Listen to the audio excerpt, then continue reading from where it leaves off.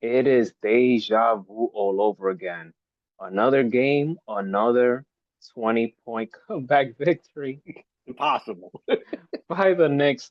I mean, Jason, you just gotta love the unpredictability of sports, especially in the postseason.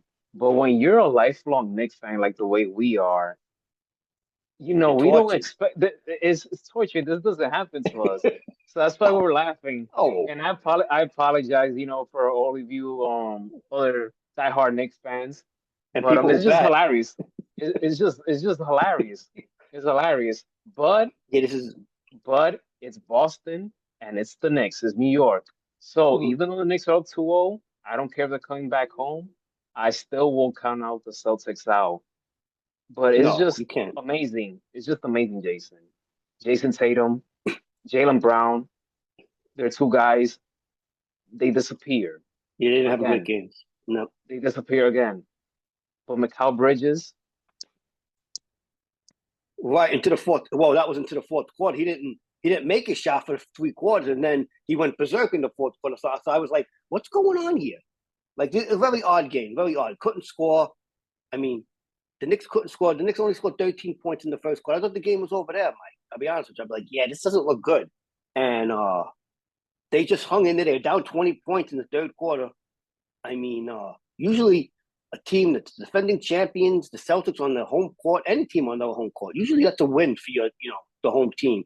So you have to give the Knicks credit. I mean, they went red hot in the fourth. Boston went ice cold. I think they missed 14 straight shots. I think that's what I wrote down here. So like it was an amazing performance, at least in the fourth quarter. However, the Knicks still haven't played a complete game. We watched now 6, 7, 8 Knicks playoff games so far this season, this playoffs, and the Knicks haven't played one good game yet, which is concerning to me. But I mean, we're going to need more scoring. I don't think this is going to continue. You need more scoring in the first half from our players, or it's going to be Boston can easily come into New York on Saturday and win. So again, we got to straighten out at least. Both teams only scored. Knicks only scored 91, Boston 90, of course. So these are two teams that are capable of scoring 100 plus points in any game. And so it's kind of shocking from, that perspective to watching these first two games. I like low scoring games. I mean, the scoring is fine to me as long as it is exciting. But Jason, the Knicks, they finished the game going 23 for a run. We're talking about a team, the second chance points. I like their second chance points. Mitchell Robinson played a much better game compared to game one. Not his Right. greatest, but I saw much better effort from him. Um, OG obviously he didn't have a great game compared to game one, but that's what team sports are about. Other guys stepping up. Mikal Bridges fourth quarter he was great compared to Right. game one. Right.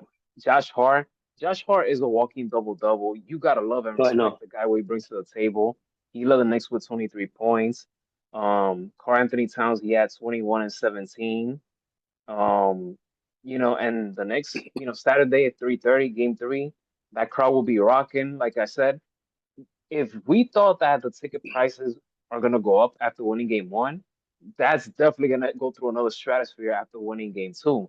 But I do agree they have to Right. play a much better game. Again, and this is something we said in the last content, the Knicks can be playing catch up all the time. You Yeah. do No. not want to play with fire against the Celtics team. And one of the things that many people are questioning is why the Celtics didn't call a timeout before that final possession, why they decided to run through it. Me personally, I don't have a problem with that because sometimes a coach does that because he have that much confidence in his team and in his guys, so they don't need to call a timeout. I understand that is a questionable situation I of might why have an they answer call for you. it. So, but me personally, I don't have a problem with or if he did call timeout or not, I don't have a Right. problem with that. I'm old fashioned in that regard that sometimes you want to catch your opponent off guard and just go Right. for it and score. So I don't have a problem with that. But then again, in today's soft society, People want to question everything. People want to cry about Well, yeah. anything. So you know how it is, Jason. But go So ahead. yeah, so I might have an answer for that. So, sometimes, you know, maybe Boston didn't call a timeout because they didn't want the Knicks to bring in a different defensive set because it was the end of the game. So that's one of it. And the other reason was, if you remember the play that Boston scored on before, Jason Tatum took it right to the basket, right through the Knicks defense, and he held the ball. He got the ball in the same play and looked like he wanted to do almost the same thing. I don't know if you think he's going to get another dunk, but he took the ball all the way and then he trapped himself, right? And the Knicks sort of knew, like, I think that the Knicks realized, like, I think Tatum's going to try to take the ball to the basket and score himself. And they double, triple teamed him. Bridges was able to block the ball on it. So, because he ran out of room, he couldn't shoot or pass. And he knew the clock was running out. And they got swatted away. And, well, Bridges blocked it a quarter and then threw it down and the game expired. The buzzer sounded. But I think that might be some of why they didn't call a timeout there in that spot. Yeah, I definitely agree. Valid point you made there. And the Knicks continue to make history. They become the first team in NBA playoff history to come back from 20 points down in Yeah, consecutive I never games. seen. I'm sorry, this is just too funny. I've never seen this before. You know, I'm older than you. I've seen a Me lot of the neither. older playoff games.